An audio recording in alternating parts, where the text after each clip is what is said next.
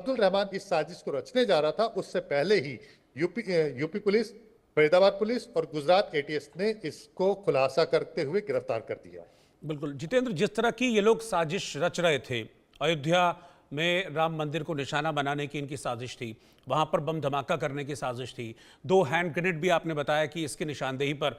जो टीम है उन्होंने जब्त किए हैं। दैट मीन्स कि ये अकेला तो नहीं होगा इस ट्रेल में, एक लंबी चौड़ी ट्रेल होगी और लोकल सपोर्ट भी होगा इसके पास।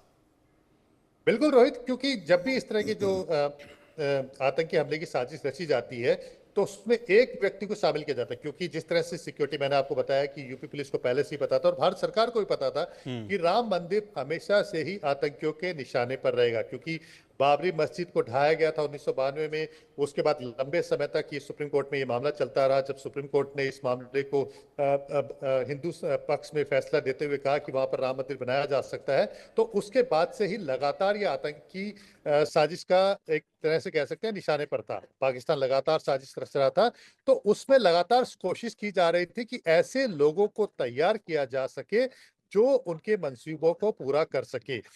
मैसेंजर ऐप एक बहुत बड़ा जरिया है जिसके जरिए ये कोशिश करते हैं कि लोग इनके संपर्क में आए और उनकी मानसिकता को पढ़ते हुए वो उनको धीरे धीरे तैयार करने की कोशिश करते हैं। उसमें स्लीपर सेल भी इनकी सहायता करते हैं। आईएसआई के जो हैंडलर होते हैं वो लगातार इस तरह के मटेरियल भेज करके इनको ब्रेन वॉश करने की कोशिश करते हैं। तो यहाँ पे मैं अगर कहूँ कि ये अकेला था, नहीं, बिल्कुल अकेला नहीं था। हमला करने में जरूर ये अकेला था कि जो अभी तक जानकारी मिली है कि अब्दुल रहमान को ये टास्क दिया गया था कि वो वहां पर ये आतंकी हमला करेगा, लेकिन इस पूरी चेन के अंदर भारत के अंदर और कौन कौन लोग थे जो इससे मिलते थे, क्योंकि जैसा मैंने कहा कि जो हैंड ग्रेनेड अब्दुल रहमान तक पहुंचाया गया, उसको बताया गया कि यहाँ पर हैंड ग्रेनेड रखा हुआ है, तो वो भी निश्चित तौर पर किसी ने पहुंचाया है, इसके पास रखा गया है। वो कैसे आया था? क्योंकि हम जानते हैं कि जिस तरह से अमृतसर के रास्ते, पंजाब बॉर्डर के रास्ते ड्रोन के जरिए जो भारत के अंदर बैठे हुए, चाहे वो खालिस्तानी हो या दूसरे आतंकी संगठन है जो इस तरह से मिलकर के काम करते हैं, क्योंकि पाकिस्तान में भी खालिस्तानी लोग बैठे हुए हैं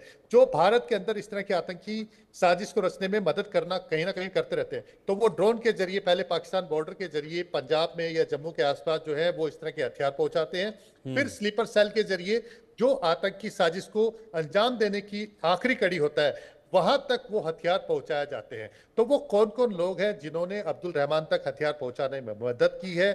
कौन उसका भारत के अंदर हैंडलर है, और जो पाकिस्तान के अंदर जो आईएसआई का जो मेन हैंडलर है जिसने ये टास्क दिया था, उन तक पहुंचना जरूरी है। लेकिन वो एक लंबी कड़ी हो सकती है। तो अब्दुल रहमान पकड़ा गया है तो निश्चित तौर पर बाकी जो लोग हैं जो भारत के अंदर छिपे हुए होंगे, तो निश्चित तौर पर जो एजेंसीज है वो उन तक पहुंचेगी। और उसके बाद जो पाकिस्तान के है, क्योंकि ये बात साफ हो चुकी है कि पाकिस्तान आईएसआई के जरिए ही साजिश को रच रहा था, तो निश्चित तौर पर जिस तरह से लेटर रोगेटरी भेज करके या एमए के जरिए जो डिमार्ची भेजा जाता है या फिर वहां तक पहुंचाई जाती है कि भी आप इस तरह की साजिश रचने की कोशिश कर रहे थे, तो वो एक एमए के जरिए जरूर कोशिश की जाएगी डिप्लोमेटिक वे में। लेकिन भारत के अंदर जो लोग हैं जो इस साजिश को रच रहे हैं उन तक जरूर ये एजेंसी पहुंचेंगी और अब्दुल रहमान के बाद हम देख सकते हैं कि आने वाले दिनों में कुछ और गिरफ्तारी भी इसके अंदर होगी।